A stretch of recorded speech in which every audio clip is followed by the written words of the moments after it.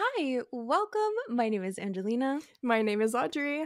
and you're watching an episode of Kpop Kpop Cancelled. Cancelled. So, you might notice it's looking a little bit different this week, or maybe not. Maybe you can't not tell that we're not in the same room anymore. Question mark, hopefully. So, I have a couple of things. Well, actually, why are we filming remotely? Do you know why? No, I don't actually. Okay. So I just felt like it was a lot, it's a lot on you to come all the way down here. She doesn't live next door or anything. And just like setting up and everything is a lot. And I thought, I've seen a lot of remote podcasts, and actually our first episode was a remote podcast anyways. And it looks fun, and I feel like we could do a lot more and it wouldn't be so overwhelming, Mm-hmm. you know? Mm-hmm. I just thought I thought we could pull it off. Is all I'm saying. I thought we could pull it off, and I think we can. It's just the microphone, the one that matches this one, isn't working for you, so we're gonna have to figure that out. But otherwise, I think it's gonna be fine. I So, think too. even though I miss having you right Me beside me, too. but we'll see. I thought it would be fun to try. I think it would be easier if you want to, because I have a full-time job, so it would be easier if you want to record after my working hours. During the week, it would be easier. Well, I can't record after when you're done work, so it wouldn't actually, but it's fine. I did. So I have a couple. I'm gonna make you choose again. So last time I was like, choose between a couple of these subjects. So I sent them to you. I'm just gonna find them really quickly. Okay. Does your Instagram ever glitch? Like you go through your messages and then it goes from like a couple months ago? Like it doesn't show you the most Dude, I recent always ones. glitch. I never see my freaking messages. It just disappears. And I don't know if I insert or not to you because Oh. it disappears. Can you pull up your Instagram? I can't find the subjects that I was trying to tell you. This is so annoying. Like you just do you ever just like look at technology? You're like, you're literally a phone. Why can't you just do what phones do? It's so frustrating. And I have the dogs beside me now, and I'm heating up. They're literally warming me up. Like they're cute as hell, but It's not that far though. no, but I can't find it. So, okay, do you want me to tell you all the subjects? Can you screenshot it and send it to me? Please. Because I wanted it to be like a surprise that you choose, but then let's just There pretend. you go. I've Okay, never thank you. seen it. She's never seen it. Okay. So here are the podcast episode ideas that I have, and you get to Okay. choose. So we have, overconsumption and K-pop. When did K-pop get so young? K-pop in English is inauthentic, and K-pop fans don't understand live vocals. I don't know. It's hard. K-pop in English is an intent thing. Is inauthentic. Okay. Wait. I'll check what. Oh, you'll check it. yourself. Yeah. Okay. Ooh, overconsumption in K-pop.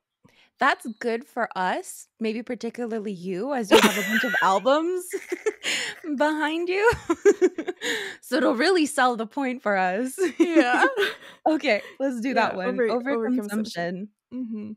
I also have to point out that like I broke one of my fake thumbnails and I put a band-aid over it because like it's broken, but like when you bend a fake piece of plastic, it like becomes whiter. And I just didn't want to change it because I did. Anyways, I put a Band-Aid over it and now I can't fucking type. It's really annoying. Okay, you happen to pick the one that I developed the least in terms of script. Okay, so let's But not it's pick fine. No. that one. No, it's totally fine because we're just gonna go on tangents and it's gonna be fine. So the Okay. overconsumption and K-pop. So basically, this doesn't obviously only apply to K-pop. I feel like as consumers, the majority of us are overconsumers. A couple years ago, actually, maybe 5 years ago, I was like, I'm going to become a minimalist. And I got rid of so much stuff. I got rid of all of my K pop albums. I got rid of so much of my clothing, makeup. everything, and I could fit all of my belongings in like 2 plastic containers, actually. I really wanted to be a minimalist, like, I I had dreams to, like, go live somewhere and just, like, eat mangoes all day, like, and now I'm allergic to mangoes, so that didn't work out. But I digress. So, we're gonna read a couple of Reddit posts, actually. So the first one is about teaser schedules. Now, not that this has much to do with overconsumption, but we did talk once about like K-pop being similar to fast fashion. Yeah. So we were talking more about musical identity, but I feel like in terms of the amount of things being released by K-pop idols recently, it can be a little similar to fast fashion. And of course, if you're releasing a lot of teasers, a lot of comebacks, it comes with a lot of albums, a lot of, physical copies of things, photo cards, all that jazz. So I think it ties into it. But this one is most okay. I'm over explaining myself. Who cares? Teaser schedules are absolutely unnecessary and takes away the surprise. Since 2020, 2021, I've seen various groups post promotion schedules, timetables, schedules right after announcing their comeback date. At first, I saw something like BTS's thing and was like, wow, a teaser announcing teasers? That's like spoiling the fans, lol. And after that, every single group gradually started posting these roadmaps like it's a normal thing. Heck, they would even get more creative with the concept they're going. See RV's Feel My Rhythm or Onyu's Dice. A few notable exceptions are Luna, my old group, and oddly YG groups. Why I think it may be unpopular is because while I understand that teaser schedules exist to make fans pay attention, I believe posting teasers without announcing when the concept photos to track videos to highlight medleys to the music video teasers make the fans wait more for 12 a.m. KST to see what's next. LOL. Do you think it's necessary as normal teaser poster, or do you think I'm just a jealous orbit wanting them to release a schedule? Maybe just even a cryptic one, LMAO, so that we won't look like fools when we just wait 12 KST for nothing. So, what are your thoughts on that? So are they saying that they want groups to release the roadmap for the teaser shots and stuff?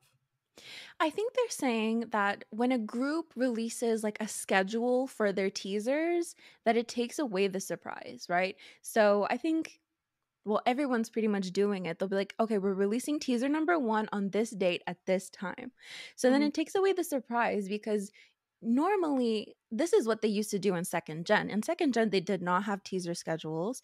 You would No. literally just like wake up one day and surprise, you have if there was a music video teaser, because most of the time there were no music video teasers. Do you notice these days some people are going like, oh, if this music video by this group had a music video teaser, like if I Am the Best by 21 had a music video teaser, and then they create And their the own one. teaser Mm-hmm. in this day and age because they didn't have it back then. Yeah. So if you were lucky, you could wake up to a teaser, but most of the time there was not a lot of promotional material, which it shows today that there's so much promotional material compared to second gen. So they're Mm-hmm. just saying like, let's say YG. For Blackpink's comeback, let's say Pink Venom, they never announced their teaser schedule at all. In fact, Sherry would be like, I feel it in my heart that it's coming out today at 1 a.m. or something. And then lo and behold, it would come out at 1 a.m., right?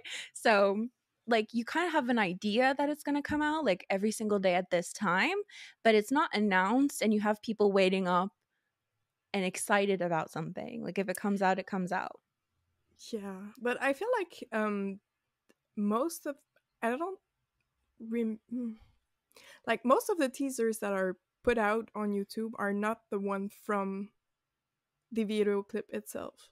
Just like Blackpink when they released for How You Like That, it was like the cyber gray Oh, teasers. yeah, like, it's still like it's still a teaser, not necessarily for that specific music video, but it's still a teaser. It's a teaser for the album, it's a teaser for the comeback. Yeah, but it doesn't give away the surprise because it wasn't even part of the whole concept. It gets you excited though. Like, it's It still does. part of the promotions of everything. Hmm. So, but the point is, like, does releasing a teaser schedule, like telling fans it's gonna come out at this time at this day, does that take away the surprise? In I don't comparison, think you so. don't think so? No, Okay. because even if there's a schedule, the teaser isn't necessary part of it. Like you don't know what it is, and Mhm. even if you see the teaser, the video clip might not be what the teaser was. just like I How get You what Like you're That. saying. Yeah. Like the yeah, the how you like that when they're like on a table and everybody loved that concept so much and then how you like that ended up not being that at Yeah. all. And a lot of Mm-hmm. us still hold that in our heart as a type of betrayal. It's fine. We don't have to get into it. I get what you mean. Personally, I don't follow teasers all that much. Like Me especially neither. my lesson. I've learned my lesson with JYP because they just tease everything, and then when you get to it, you're like, okay, Yeah, like it depends eh, of the company because GYP does tease the thing itself. yeah, And SM, it's mostly the teasers of the album concept, not okay, the video clip. And YG is just nothing compares to what you'll yeah. have at the end. So yeah. Oh yeah, YG is so secretive because again, they'll release like an album concepts like teaser, like the how you like that thing, and then they'll Mhm. just release a bunch of pictures like individually every day, and then there's one music video or two music video teasers, and then that's that. Whereas JYP, it's like let's spoil actually the whole entire chorus for everybody, and then there's absolutely no surprise after that. So Yeah. Hmm. go JYP. By the way, have you been watching A2K? No. No? No.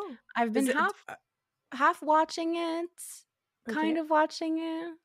It's Okay. interesting. How would you say? So, I don't really know what to say about it because the way JYP acts is a little weird. He'll be like, "Oh, you're kind of not good, but you're improving." But it seems, I don't know, he's always like, "I need to see like your true authentic self." And there's just some things that he says where I'm like, is that really K-pop or is that the K-pop you want people to see? Because obviously the entertainment industry, this is nothing against K-pop in particular, but the entertainment industry as a whole is not super authentic to begin with. Hmm. So I don't know. I just it's interesting coming from a K-pop lens and wanting like authenticity, like show me your true authentic self, but also in K-pop, we don't really let our idols say what they want to say because they'll get canceled. Da, da, da. Anyways, I think it's interesting, but I think they want to see like the personality, the real one, not the fake one, to yeah, see if but it like will it's be a like match. it's one thing to be like, I want to see your personality, but then like obviously everyone goes through media training to conform their personality to be palatable to people. Because I'm sure if every single idol acted exactly the way that they wanted to, they'd get canceled. People would hate them. It will be a mess. It's just a little tangent. If you're watching A2K, let us know in the comments. Yeah, I've never seen it. If you're on Spotify, I'll try to do a poll or something. But yeah, JYP amazing with the teasers. I've seen his ad on YouTube. It was so funny. Like, Oh was it on yes. YouTube or I screenshot it? But yeah, it was funny. Yeah, Go like JYP. join the premium after party. Yeah. That sucks though. Like you have to have premium to join the after party. I'm sure. I don't Well, know. it's always you always need to pay for something. It should be free, even though the episodes are already free. Really? Anyways, yeah, Oh, so you was it the after party for Y2K? A2K. The Oh, well, I'm A2K. assuming Sorry. because it's a like it was telling you to get premium so you could join that premium after party, right? I thought it was like just for music. It could have Oh been like Blackpink no, or it's an after party. I'm pretty sure. Correct me if I'm wrong, but I'm pretty sure I saw like a 4 minute after party. oh, I thought it was like a playlist. Cause I have YouTube Premium and I saw it too, and I was like 4 minutes. What the hell?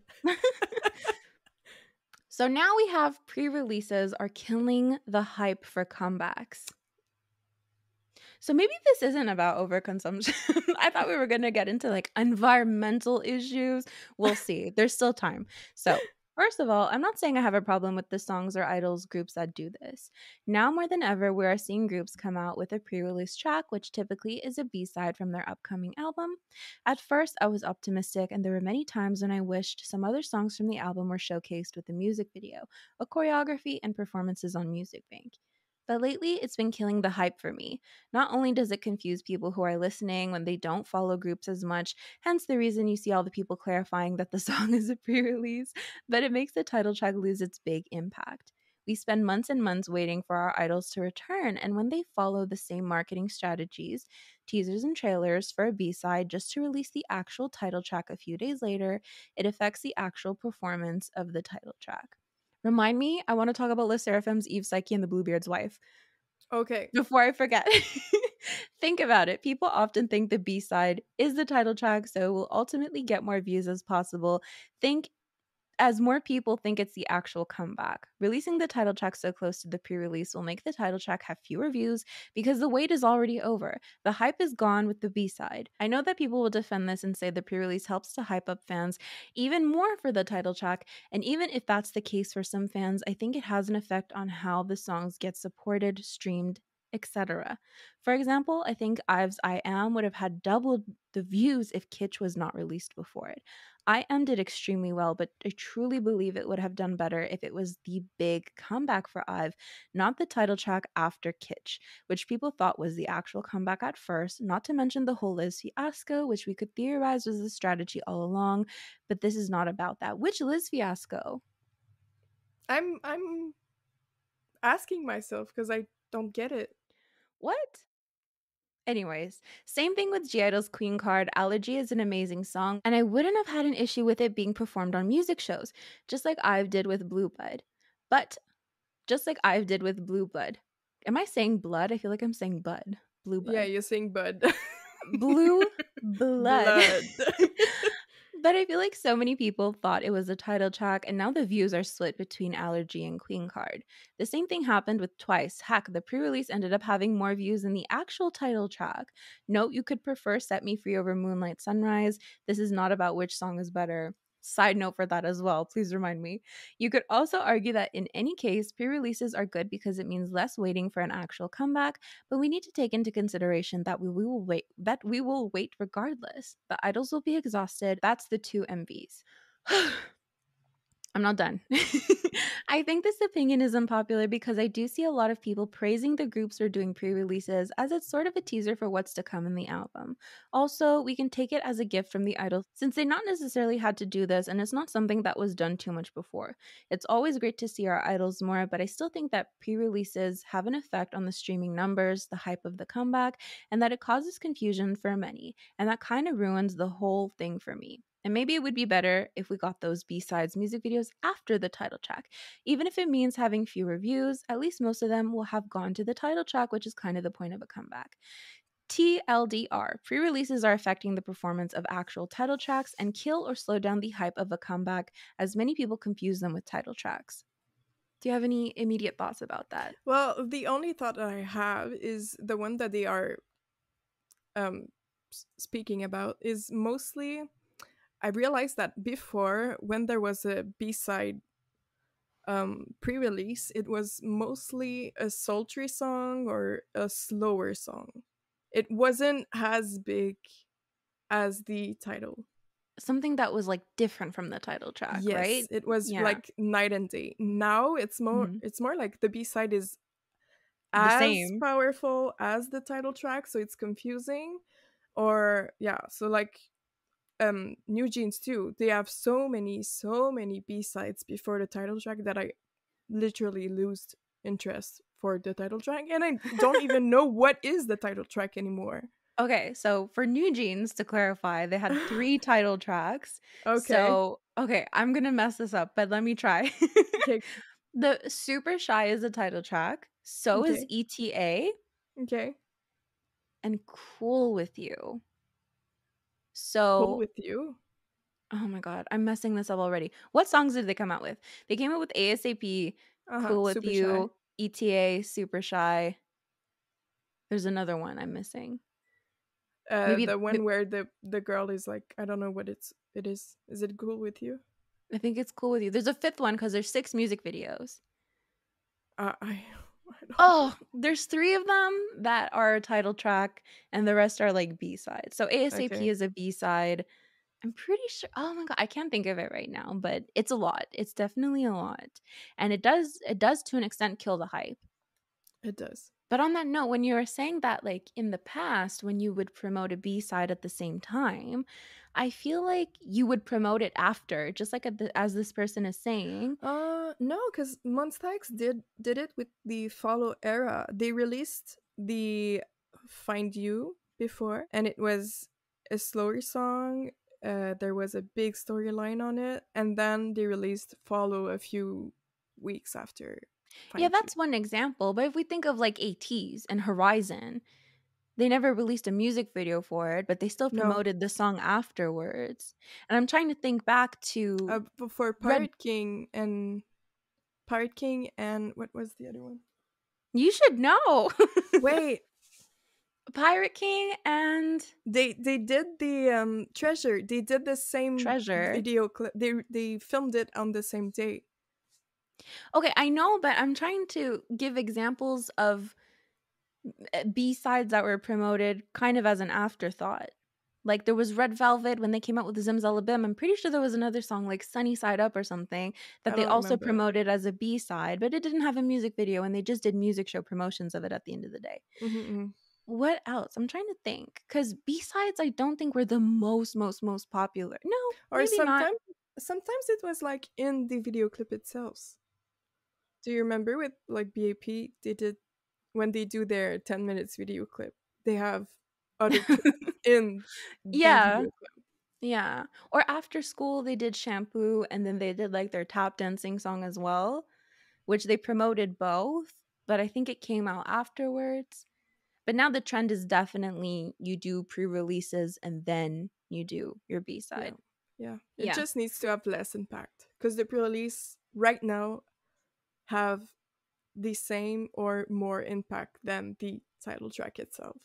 Well, that was a huge criticism I had for How You Like That versus Lovesick Girls. Oh, I hate Lovesick Girls, and I Uh, hate How You Like That, ah! but You're just okay. it's not the same. Yeah, I totally agree that How You Like That is more impactful than Lovesick Girls. It's way more impactful. If I Yeah. sometimes I love Lovesick Girls to death, but sometimes I forget it exists in the shadow of How You Like That. It's just like that you can't top How You Like That after How Mm, You Like That. Like mm. anything they would have released after that.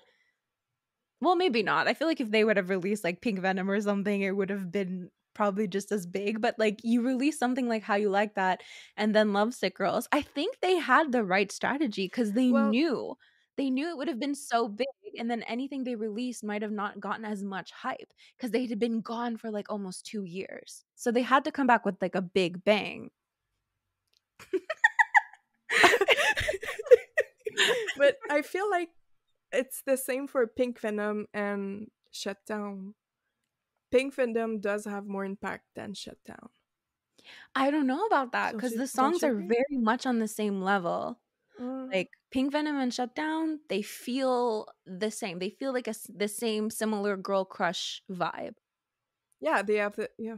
Whereas How You Like That is girl crush, and then Lovesick Girls is like, oh, it's a 180. It's totally different. Mm-hmm. And also, they were gone for less time between Lovesick Girls and Pink Venom. All right, it was a drought too, just Should we like Google everything. that? How long was it between? I can't type. How long was it between Lovesick Girls and Pink Venom? 2 years? Am I just misremembering things? I don't know if I I think trust this. so because it was long. 2 years? Yeah, Lovesick Girls was in 2020 in October, and Pink Venom in August 2022. So scratch everything I just said. It Never was a long mind. ass time. As a blink, I have no concept of time. 2 years feels like 10 months to me, As you frankly. should. As you As you should. should. So, another example. So, Le Seraphim, they Yeah, came out. What was their okay? Not Anti-Fragile. What was after Anti-Fragile? Unforgiven. So their title Unforgiven. track was Unforgiven, and their B side that they promoted was Eve Psyche and the Bluebeard's Wife, right? But they promoted it afterwards. Yes, There they wasn't did. a TikTok snippet with it. Well, the thing is, they're still promoting the damn song. They're still releasing so many remixes of it. And I see people on TikTok all the time being like, I'm sorry, La Seraphim, I love you, but you gotta let go of Eve Psyche and the Bluebeard's Wife. There's too many remixes. That's all Mm. they're doing is dance challenges with everybody of Eve Psyche and the Bluebeard's Wife. I don't even know the song either. I'm a At mess, full. mess, mess, mess, And only mess, know that mess, part. mess. Boom, boom, boom, 내 심장이 뛰네. Get it like boom, boom, boom. Get it like boom, boom, boom. Do, do, do. The booty shake. Boom, boom, boom. Do, do, do. Yeah, you should know because Mingi, no, was it? Yeah, Mingi and Yuno did the They dance did challenge it. for that. Yes. Yeah, but I only know the dance challenge. I Yeah, don't know the song itself. fair enough. Well, do you think Eve Psyche and the Bluebeard's Wife is more popular than Unforgiven? Because there's sometimes where B-sides are more popular than the title track. Maybe. Because I feel, okay, Unforgiven, what a gem. Sure. I didn't personally just stream it. I did stream Eve Psyche and the Bluebird's Wife, and I feel like I'm seeing Eve Psyche and the Bluebird's Wife so much more. Like, Maybe I feel it's like the it's more algorithm. impactful. Maybe it's the algorithm. Because you remember when I said that there was a song that was more impactful than the other one, someone was like, actually, it's still charting. It's better than, it's more impactful, blah, blah, blah. So I think Stacy! it's just, yeah, I think it's just our algorithm that I don't spies know, on though. us and give us what we want to see. That's totally possible, but at the same time, every time I see something K-pop related, I click not interested. Mm, Because I don't want to end up on my own For You page. yeah. And it's happened before. So I feel like I only see what's super, super popular. Okay. Because otherwise, I keep clicking not interested and I still end up in it anyways. But on that note, Vanessa was telling us, our friend in the Tropical Girls chat, that Mr. by Kata was actually a B-side to Yeah. Wanna. Can you imagine No. Mr. being a B-side? No. Mister's impact, like, I literally forgot about Wanna. I thought I don't I think I know that song, actually. 그대를 사랑해 my love 그대를 사랑해 my love 그대를 사랑해 난 그대를 사랑해. Oh, yeah. Right? So you hear Wanna and you're like, I've never heard that song in my life, and then you listen to it and you're like, oh, Yeah. that was the title track? No, it wasn't. It it was It the title wasn't. track, but Mister's impact was so huge. I mean, when you think of Kara, you think of Mister. Mr. Step. Yeah, mostly Mister is like one of their biggest Yeah, but songs. it's one, yeah, right. It's part of the biggest song. So you think about a few songs and not Wanna. wanna. Hey, 거기, Mister. I know the choreography to that one a little bit. The butt dance is a little bit difficult, but it's fine. So yeah, can you think of other examples of title tracks that were overshadowed by the B-side? Wasn't it like an iPen? Or Who knows? TXT? I Was don't it? know. Well, what are you talking about? Well, is TXT Love Song is a title or B-side? I don't remember actually. I don't know them well enough to know that. I think an iPen, I don't know how to say that word. I think they do have a B-side that is more popular than a title song. Maybe. Let me see. Oh, Polaroid Love isn't a B-side. It's a B-side. It's not a title track. I've never heard of it though. No! No?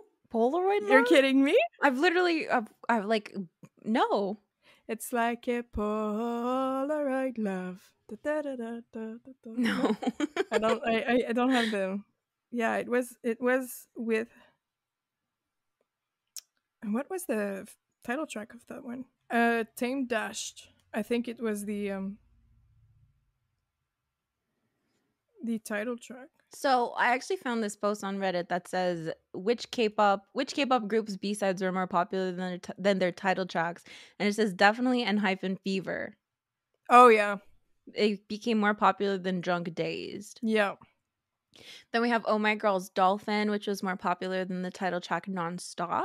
Oh, do you remember Dolphin? Do, do, do, do, do, do, do, do. No, I just remember wasn't it like a that? little dance. Yeah, it was like. Do, do, do, do, do, do, do, do, do. But didn't it become more popular because They TXT did it. Subin did like a Yeah, cover of it? yeah. Yeah, with somebody With one else? of the girls. Mm-hmm. Yeah, then it became really popular. Mm-hmm. We have Monsta X's Hero, which was more popular than Rush. Yeah, yeah. I can be your hero. Do, do, do, do, do, do. Then they're saying Beasts on Rainy Days was more popular than Fiction? What? I Not don't in my heart. remember. Not in I don't even know what On Rainy Days is, but Fiction was iconic. Maybe the Korean public was more inclined to a slower song. I say it's a slower song because it's rainy days, but I don't know the song. This is English Reddit. um oh, Mr. Baikata in comparison to Wana, of course. Mm-hmm. Oh, Money by Lisa was more popular than the Lisa. Oh yeah, yeah. It was all over the YouTube algorithm. Oh, people are saying TXT's Anti-Romantic was more popular than Love Song. Not in Maybe my heart. not in our hearts, but I do remember hearing But yeah, yeah. Anti-Romantic everywhere. Uh-huh. But I really like it, honestly. Oh, someone's saying AT's Take Me Home was more popular than Fireworks. Yeah, it was. Really? But they never really performed it, so I don't think it's part of what we're talking about because it was more like a song that is really popular on the Yeah, album. people wanted them to really promote that. Mm-hmm. So, yeah.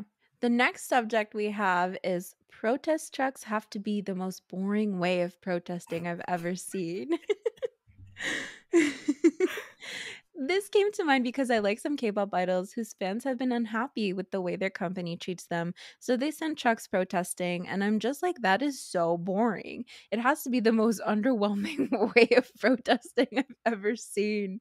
It's so easy to ignore if you're an executive. Like, okay, this happened with Yeonjun and Sakura. I send both TXT and LE SSERAFIM, and I was just picturing myself as a HYBE executive going off my day with a cup of coffee and seeing that, like, LMAO, I'd just shrug it off and go on with my day, to be honest. Like, I'm not defending the company at all. Like, I think in Yeonjun's case it was an akke, so nobody even in the fandom took it seriously, but in Sakura's case it was actually mismanagement, I believe. So it's not like I'm siding with Hybe on this one, not at all. I just think the truck thing, it's boring and easy to ignore, which is something a protest shouldn't be. I personally don't think K-pop is something to protest over, but if you're going to do it, at least be more effective at it. Kind of like this whole thing XOL did when Chen became a father, and some of them were mad was more effective since they went to sit there in silence. But, like, at least the executives of the company are going to be like, dude, there's people sitting outside. A small truck is so easy to ignore. But also good on the protest truck business because it seems like they're doing great. They're thriving. They're literally thriving. There was an incident recently where Lino's international fans sent protest trucks outside of JYP. And Why? I don't, well, why do K-pop stans protest anything? He's not shining enough. They need him to shine Oh. more. He needs more opportunities. But they used Google Translate or something. And and apparently instead of it being like a criticism towards the company, it sounded like they were trashing him. So can you imagine? So they were saying, like, if you're gonna send protest trucks, at least try to make sure what you're writing is okay. But can you imagine? That'd be so mortifying. Using Google Translate is not always the best things. No, it's not. I've seen K-pop idols being like calling out people in their comments for using Google Translate because they're like, that makes no sense, or you said something that you actually didn't mean to say and it's kind of Yeah. funny. Mm-hmm. So but Google Translate has definitely improved so much. Because if you checked it out like 10 years ago, it was very rudimentary and it would translate word for word everything. But now it kind of has an understanding of a lot of language and it's so much better and it's so much more accurate. I remember a little anecdote. There was this guy in my English class. He didn't speak any English and he legit would just write his projects in French and use Google And use. Translate. I'm not I'm not even kidding. He would do that and I would like read over his projects like, what the hell is he saying? Yeah, can you so back then, but now I feel like AI in and of itself is so advanced that you could probably get it. Well, some people are getting away with it, writing their projects entirely through AI, and translation has gotten so much better. Yeah. So I Well, don't know how that I do happened, but use a program for translation at work because mhm. I'm too lazy to translate it Oh word by yeah, word. like it's a great tool to have for sure. Mm-hmm. I wonder if translators themselves are going to become more and more obsolete. Of course, you always need some translators, but I read something a long time ago like translators are going to become more like editors rather than translators Oh, because to like correct to stuff. correct stuff rather than be the translators themselves because the technology is going to be so advanced that they won't really be needed. They just need to just check things really. Mm-hmm. Mm-hmm. So I wonder, it makes me wonder. Poor translators. So yeah, protest trucks. I believe they do put protest trucks because it's, don't quote me on this, but it's illegal to cause a ruckus outside of these company Well, they buildings. don't really cause a ruckus. They just sit Well, there usually. yeah, but they're not allowed to cause a ruckus. So that's why they send protest trucks. I think it's just because they don't want to go outside and manifest. But I've read before that these companies are usually in more rural areas. Is that even true? I don't know. Anyways, just read that they're not allowed to cause a ruckus in public, and that's why they send protest trucks. But yeah, if I'm like an executive at Hive or JYP, first of all, the protest trucks are pointed the other direction, right? Or are they double sided? Do you know? Have you ever I seen the think other they are side of a double protest truck? sided. I think they are. My eyesight's too bad to even It read looks that like a far anyway. triangle. Looks like a triangle. No, Like two LEDs like that. I've seen like square rectangle trucks. Yeah, but it's a bit inclined. Oh, anyways, I would ignore it. Me too. Because it doesn't have the same impact. It's just like people sending money to send a giving money to send a protest truck, and then they It's move very on. silly, They just move on. especially if it's not serious. Like, oh, Yeah. we want Lino to shine more. Mm, okay, weirdo. Like, I'm sorry, but that makes no sense to me. Misha Mm-hmm. keeps trying to escape. Stop it. Hi, Maisha. Hi, Misha. So yeah, we already know how I feel about protest trucks. I know some people are going to be a little offended in the comments. Nothing against you. If you spend money on a protest truck, I have no control over your money. Theoretically, you can do whatever you want. It's the same as the billboards. Yeah, I just think we could pool our money together and help other issues. Help each Mm-hmm. other. I don't know. In an ideal world. But on the overconsumption of K-pop, because that was supposed to be the title. I don't know if it's still going to be the title. Um, do you remember when 17 was in the news for having too many photo cards? Yeah. Yeah. I think there was 100 photo cards per person. Well, there was Was it? something like, I remember saying there was like 800 photo cards or something, and people were like, actually, there's only 600. And it's like, okay, so like, I don't think that makes much of a difference, but Yeah, because they counted because they have like the carrot version, and mhm, in the carrot version they have, I think, 20 photo cards, but it's like a photo card album, so it's always the same photo cards. So they mhm. counted those ones too Okay. to the photo card template. Yeah, I mean, photo card collecting, I've said this on my vlog channel before, but I don't collect photo cards anymore. Mm-hmm. I just think like I went I went into it like head first and I just wanted everything all at once. And like no offense to you, but you were really encouraging me. So we literally spent hours on like sites like Neokyo, like searching for photo cards. It was honestly so much fun. Like I It don't was fun. I like think I it was re- the hype that got yeah, us. I regret like all the money I spent, but I don't regret the time spent on the friendships. So it was fun. It was fun. It really was. And but it was just way too much money. Like if Yeah. you think of sites like Neokyo, which I think is better, if you're gonna buy photo cards, do it secondhand for sure. Mm-hmm.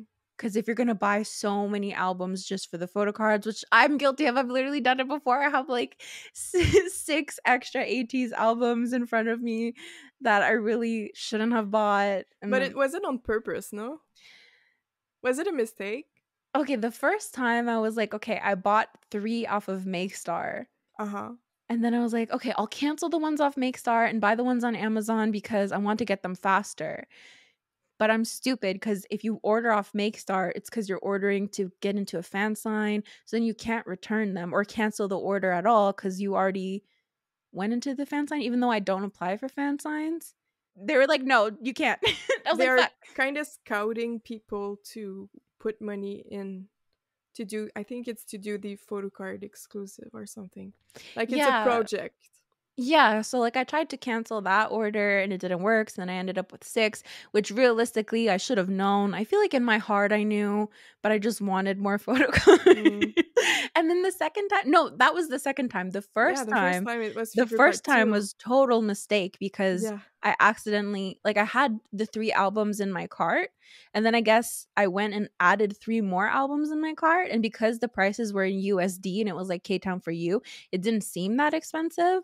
And then seeing the bill after shipping and customs and translating the price, I was like, "Oh shit, okay, never mind."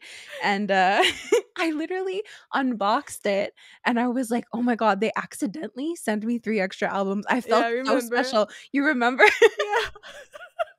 I was like, "Oh my god, like, do I tell them? Like, should I email them?"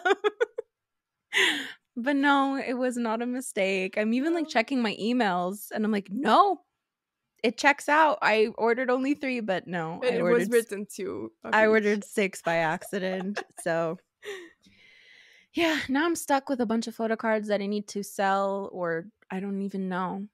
It's been, Mm, like, a year. I don't know what to do with them. I don't know what to do with my albums. mm. Send help. I don't know what to do. You've literally come over and helped me, like, try to organize them and Yeah. everything, but Mm-hmm. I need to sell them or something. But yeah, overconsumption. I realized it was just too much, too expensive, and at the end of the day, all the albums are just sitting there and I'm kind of over them. So, yeah. Mm, mm. But I fully acknowledge the amount of like happiness it brings, like unboxing albums and finding the photo cards and searching for the photo cards. So it's difficult, but she has nothing to say. Well, I'm good because I kind of slowed down on the photo card collecting. Mhm. And yeah, Well, you're probably a lot more reasonable than I am. I feel like maybe. maybe. I was like, I And need I have all like a lot of versions. them. Yeah, the only group that I buy all versions is ATs because I Mhm. started to I started to buy the albums at the same year as they debuted, so I feel like I'm caught up on. It's special, yeah. Mm-hmm. But for Monsta X, I don't buy all versions. For 17 either. Shiny, I don't.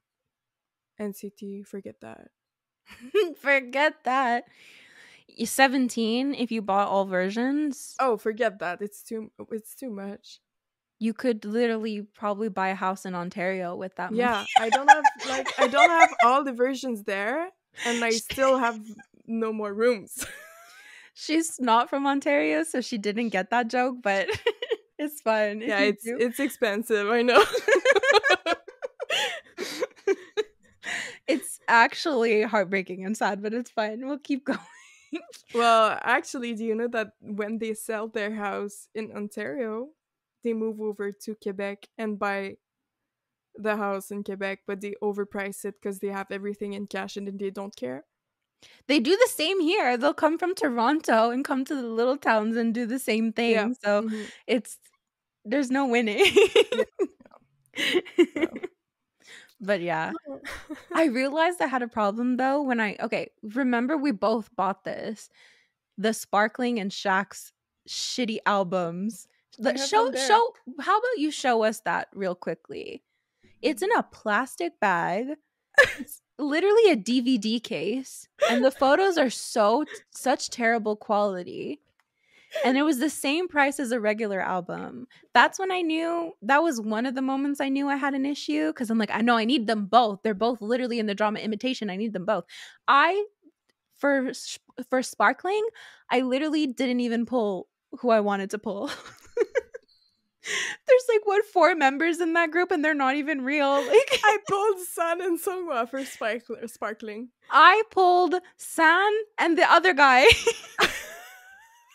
I think it was the leader. No, yeah, it was the leader. I'm like, who's Yeah. gonna trade this with me? Yeah, I ended up having to trade my San card for, yeah.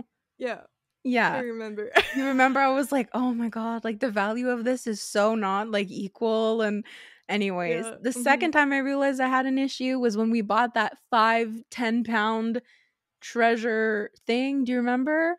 Treasure thing. Those 2 big silver books. It wasn't even an album. Oh yeah, I have them there. What was the point of that? It's so big. And they didn't, I thought they would do like a series of that. Mhm. And they didn't do it. So it's Treasure Part 1. Mhm. And that it's here. There's nothing more. And the What photo the fuck, cards Kiki? are weird. The photo cards are like gold or silver or both. Yeah. I can't remember. Yeah, there's a set gold and a set silver. They're not even nice. Like that's the thing. Like Yeah. they're just old pictures of ATs, Mm-hmm. and they put a gold filter on it. Like They look like card games. card games, yeah. Yeah. So I don't know. If I could go back, I would just get like one version of each album, but it's addictive. It's addictive, and then you're like, I need to have a perfect collection, and I need all of them. And you see all these YouTubers who are doing unboxings and they're collecting so much. It's wild. Like, no, I'm not putting any blame on any of the K-pop YouTubers. They were really fun to watch. Honestly, I just can't watch them anymore because I'm just like, it reignites this flame within me that I need to have a perfect collection. And I'm like, stop it. No, no more. So yeah. Yeah. I don't trade anymore. I should. No, I should not. Yeah, I don't. Because, like, I don't know. I'm not really active on Instagram itself, so it's hard for me to trade. I remember my first trade. Oh, do you want to tell the story of my first trade? Was it with me? No, because so is it Carolyn or Caroline? Oh, it was Caroline. Caroline. I don't know. There's a joke. One head. Around. I'm sorry. One head on YouTube. Yeah. So like I had a card that she needed, and at the time I wasn't really like in the market to trade like specific cards. I was like, oh, you showed me that she needed my Hongjun card, not mine specifically. Oh yeah, and I contacted her, right? And I said like you should contact, right? Was it that? Yeah, you were like, my friend wants to trade. Can you imagine how sus she might have thought that was? I was a nobody, so like if you just slimmed her in her DMs, she would reply to you because I know, but you're both on YouTube, and I'm like a little nobody here. But like I couldn't do it. I don't know why I couldn't do it. And you knew that I would end up never doing it. Yeah. So you DM'd her for me. Yeah. I remember. You were gonna facilitate the trade for me, and you didn't even live close to me or anything. So then eventually I'm like, okay, I'll DM her. And then we traded, but it was just so funny that like you're like, yeah, my friend would What the hell? I don't think she made the link between us two. I don't know, but like, can you imagine like someone messages you like, my friend wants to trade with you, but she's too shy to talk to you? I mean, like, I would think that's very suspicious, and I would not trade with that person, and she ended up trading with me. So, hi. Hi, Carolyn. Anyways, no shade to anybody who collects photo cards. It's just I don't have the strength to not stop. When you came over, we were literally going through the photo cards. I'm like, I need to collect again. I was literally ready to start collecting again, to start buying again. Really? I was I was trying to not influence you for that. It was just I was really trying hard, and you were like, I don't need that one. I was like, can I check at home if I have it? Oh my god, check. I'll sell you some for real cheap. I'll give you some help. But yeah, so it was just the fact of like playing with them. Yeah. I was like, oh, I really want to do this again. But no, I'm not. Mm-mm, I can't. Mm-mm. It's too much. Like, it would be one thing if, like, albums are $20 and you didn't Canadian, like Canadian, like the real $20 for yeah, us. it's different for us because we have to Yeah, pay for not only shipping, but we have to pay for customs, custom. which customs minimum $20 per purchase, right? Usually 12. I've had up, yeah, 12, 20. I've had up to like 37, $40 of Yeah, customs. it depends of Mhm, the and then package. when it's in USD, it's automatically a lot more in CAD. Yeah, because So, it's yeah, uh, yeah. it's just it's not favorable for us. And if you go to a place where they sell physical albums, the price is exorbitant. Yeah, definitely. I would never pay $100 for Super M Super One album. Never. I don't think I even paid that with customs and everything. I don't know. With customs, it's just ridiculous. Oh yeah. Even in second gen, I remember when I was really young and I did like my first K-pop album order. I don't remember the customs actually, but it was really expensive. I used to have Rain's Back to Basic album. I had a couple M Black albums. I had an Mm, Ihyori album. I had FX, Big Bang, 21. And I gave them all away. mm, All the way. mm. If you ever bought any of those albums at a Value Village, might That have was been from yours. it might have been, you never know. What else about overconsumption? I really wanted to title this podcast that. The thing that I don't like is when like if you do a group order, it's all right because you have buyers and you send it out and everything. But Mhm. I realized, or not realized, but I it's like they do buy a bunch of albums just to go in the fan call, Mhm. but they don't have a group order, so they just trash them. Oh. They do nothing with it. Oh, I've seen pictures of that. It was one of the shows that I think Lisa was on Maybe. where they had to buy dairy products and then I could be so butchering this story, but they had to buy specific dairy products to then get a code to then vote for that show. Mm, And you just saw people buying tons and tons of it and just wasting it all to vote for the yeah. show. Yeah. So, yeah, when you have like an incentive to buy shit unnecessarily, I don't know, I almost feel like I get it, you want your album to chart or something, but it's almost like maybe I don't know, it's a stupid idea. Maybe just give them an option to buy the fan sign at that point. I don't Exactly. know. Mm-hmm.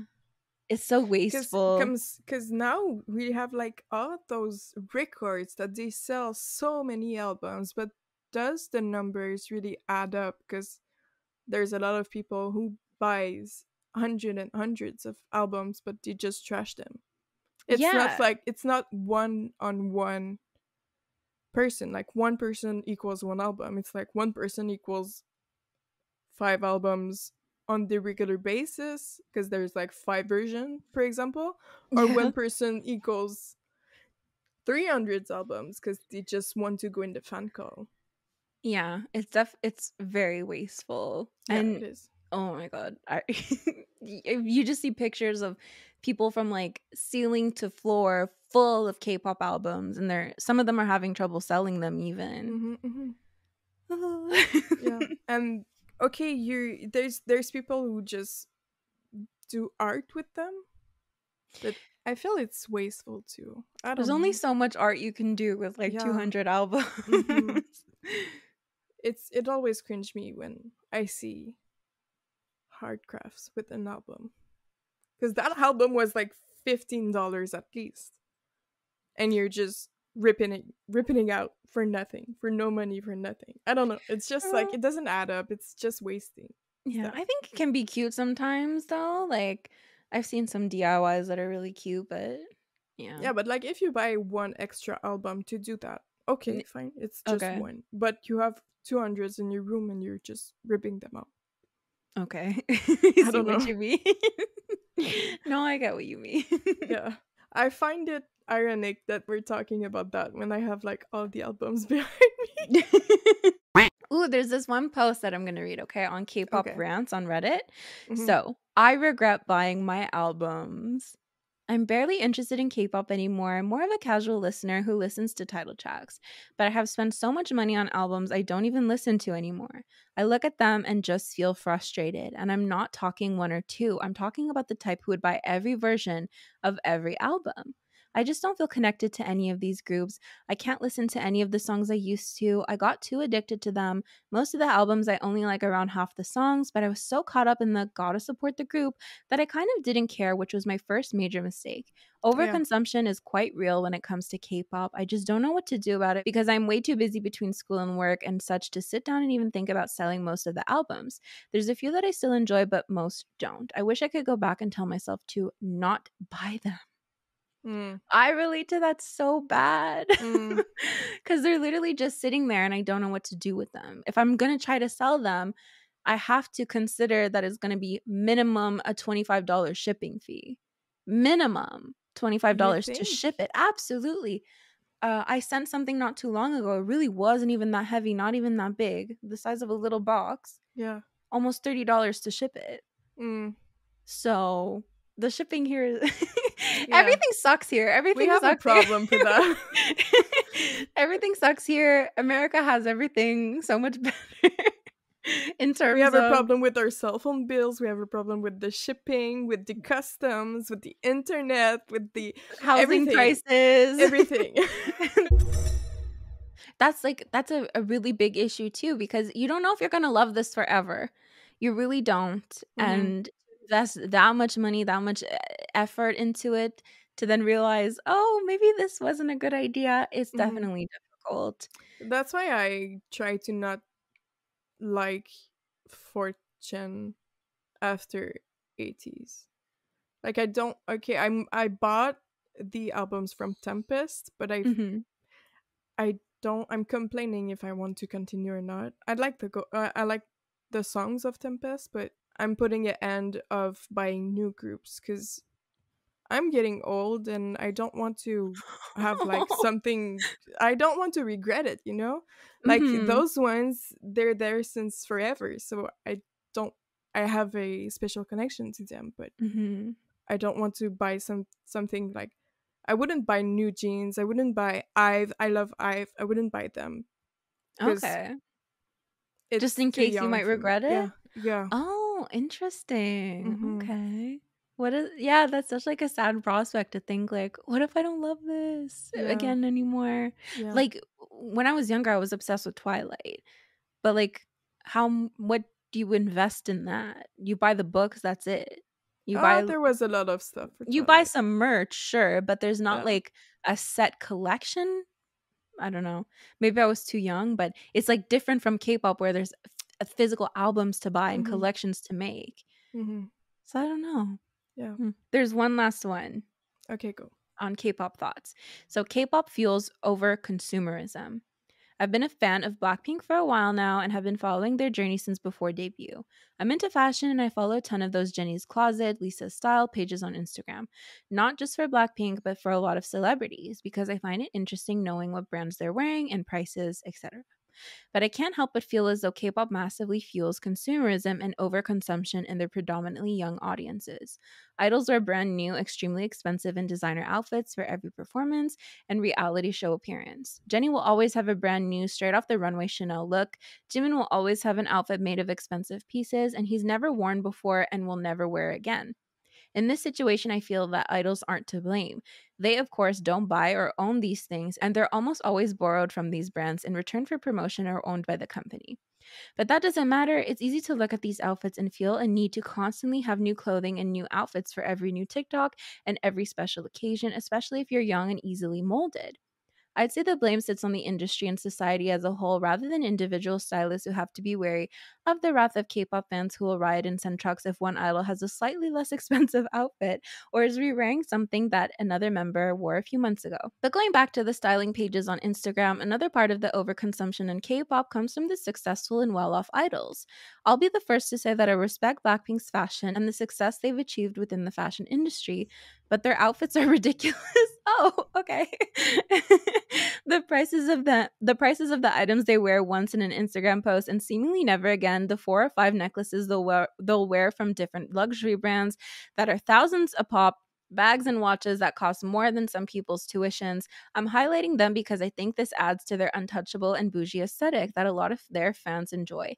But this is true with all successful idols, whether that be Red Velvet or BTS or Stray Kids. If you look at the comments under these posts, they're filled with nothing but young, impressionable girls seemingly dazed by how rich their favorite idol is or how much better they are than their haters because they can afford a $400 white t shirt from Saint Laurent. People have the right to do whatever they want with the money they earn, even though I personally find the money they spend on some articles of clothing a crime. I'm not sure the blame we can actually put on these idols rather than the industry and society as a whole. They're gifted a lot of clothing. If they represent brands, it's their job to wear items from said brand, etc. It would be insane to assume they actually buy everything they wear, but I do think that adds a lot to the idea that we need to own hundreds of identical crop tops and pairs of baggy jeans and spend all of our money on buying dupes of the designer pieces they wear on Shein. This was more of me complaining than anything else because I don't think this is an issue that's going to change or receive any attention anytime soon, and I'm not sure what the solution would be even if we did, because the aesthetic of K-pop relies on overconsumerism and whatever's flashy and new. As with all showbiz industries, that is definitely not a K-pop only issue. I don't think. Uh, I think it's only the only thing I'm not really inclined to buy because I'm not really interested Oh, in eye-hand brands. So like what they're wearing, I don't really care. I think the only one who the only thing I was really like, oh, I kind of want it. It's the Loverboy bunny or fox hat. okay. But when will I wear that instead of well, except on a concert? Okay. Yeah, that Like makes it's not sense. wearable, so I wouldn't buy it. I I feel similarly because I definitely wear the same thing all the time. And even like I don't really follow those pages either. I remember trying to follow some of them when we were looking into our concert outfits for ATs. And Mm-hmm. I was like, "Oh, maybe I could buy some of the things that they're actually wearing and wear it to the concert." And I'm like, "Oh, this jacket is $2,000. Never mind. This necklace is $500. Never mind." So, Yeah. Mm-hmm. it's definitely not attainable and achievable, and it's not something that interests me a lot, but it was interesting reading this point of view. When I was younger, second gen K-pop, they had the most amazing accessories. I remember they had these question mark earrings that G-Dragon Yeah. wore in Or his Heartbreaker music video. CL also wore them, and I was it bought them. was it the dinosaur earrings from FX, I think? There was FX had the dinosaur. dinosaur Yeah, earrings, and yeah. I made them myself. I Oh really? actually made them.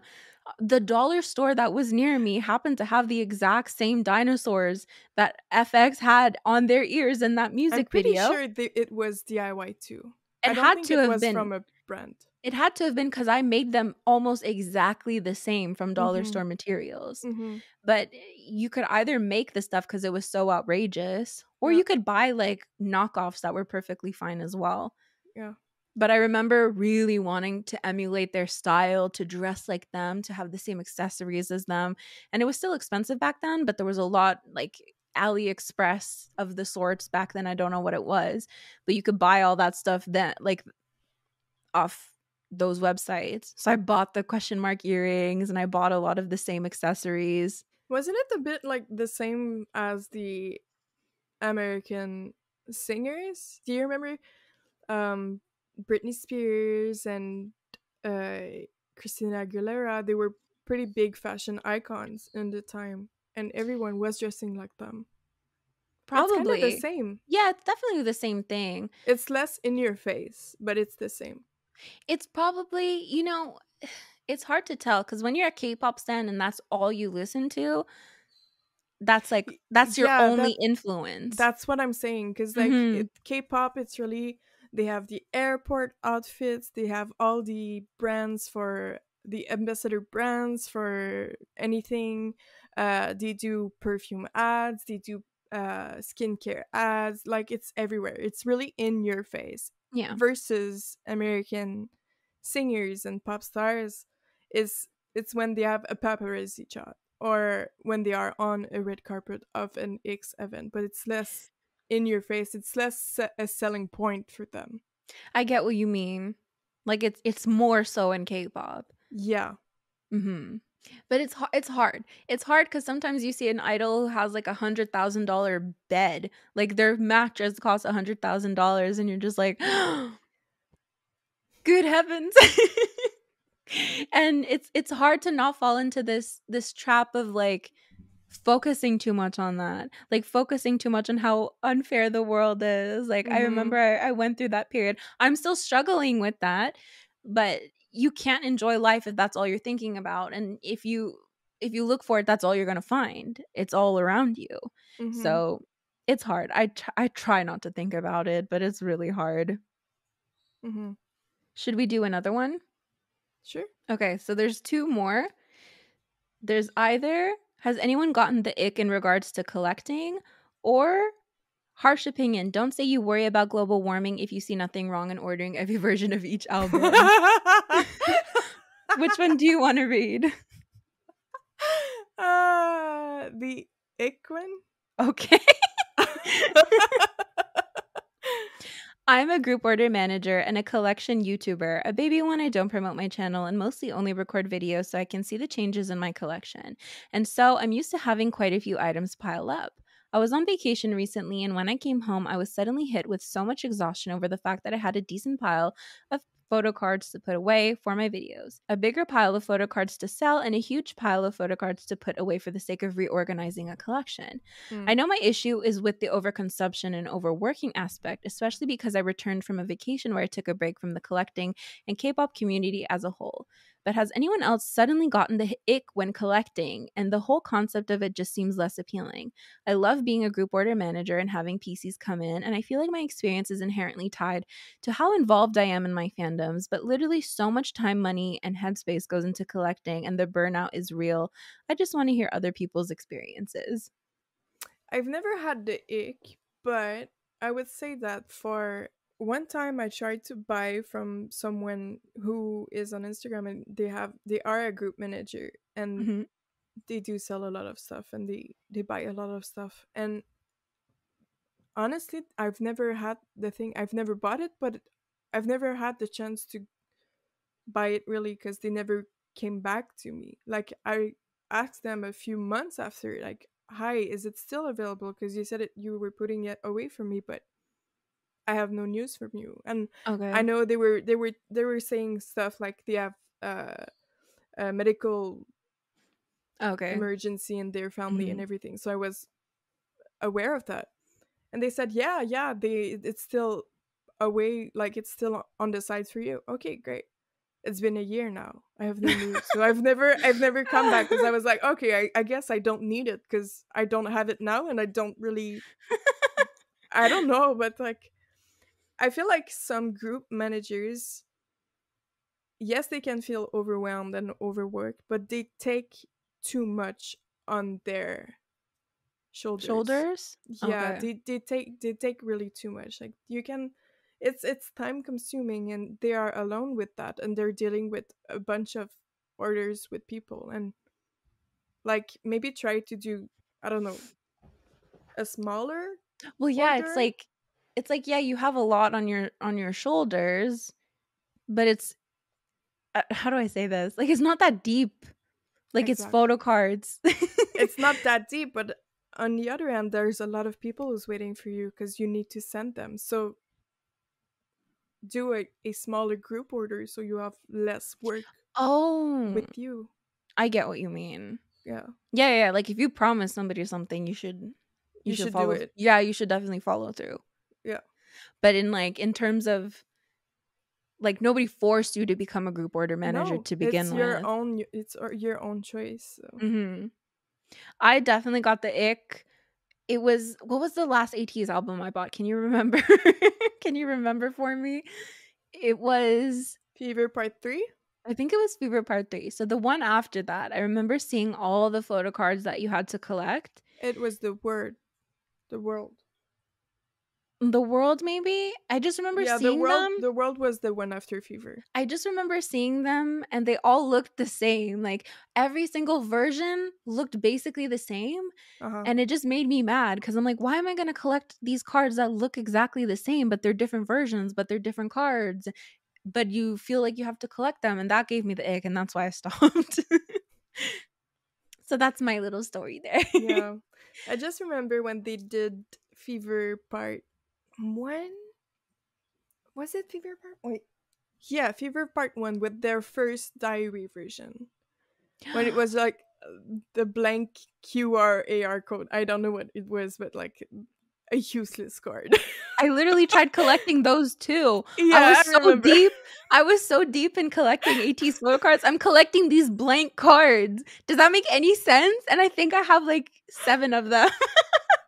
I think I'm like You're missing one. Like, what the hell? Yeah. Yeah. It was part 1. Uh-huh. To describe this to the audience who are like, because I don't have it in front of me, it's literally a white card and it says like Mingy's name on it, Mingy's diary. I don't know. It says Like, or Sans dream or something. That's literally all it says on the card. That's it. That's it. That's the card. And I tried collecting those too. Because if you scan them with your phone, there's a picture on it. It doesn't work. It does yes, not. It doesn't work for me. So I'm collecting all these cards, and it doesn't even work for me. Yeah, that's the obsession. So that is basically it for this week's podcast episode. I hope you enjoyed it. Feel free to leave it down in the comments below. Your overconsumption worries, issues, if you think it's an issue or not. And yeah, you can trash me in the comments. It's okay. No, let's try not to do that. Maybe not. I don't know about that. There's Misha again. Hi, Misha. Let's take Kevin. Kevin had teeth surgery, but he's fine now. He's fine? I think so. Is he still a bit... He's back to normal. He's... Okay. Yeah. Look at him. Kevin. I don't he know looks like a little baby. Do you want to show us your dog really quick? Okay, wait. I'll try to see if she's there. Karma! She can't hear me, right? No, oh, she's so silky smooth. Oh, baby. Oh, she's so precious. Kevin would absolutely love her. Yeah. Meisha, not so much. So that's our dog haul, our dog tour. Yeah. And she's like, can I come here? I want to go on the bed. What's my outro? Don't forget to like, comment, and share this video with friends you don't have. And we'll see you guys next time. Bye. Bye. My ear is so itchy. Oh my god. Really? It was so uncomfortable. Oh my god, I'm so hot though. Oh my god, me too. It's 27 degrees. Imagine in my room.